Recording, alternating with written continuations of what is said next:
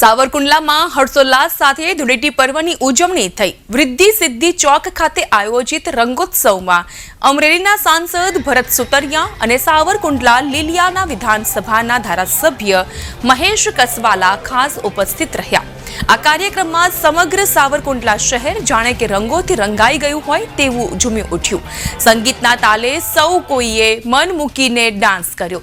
સાંસદ ભરત સુતરિયાએ જણાવ્યું કે હોળીનો તહેવાર એ ભાઈચારા અને એકતાનું પ્રતીક છે। આ તહેવાર આપણને સૌને એકબીજા સાથે હળી મળીને રહેવાની પ્રેરણા આપે છે। તો ધારાસભ્ય મહેશભાઈ કસવાલાએ કહ્યું કે આપણે સૌ સાથે મળીને સાવરકુંડલાને વિકાસના પંથે આગળ લઈ જઈએ।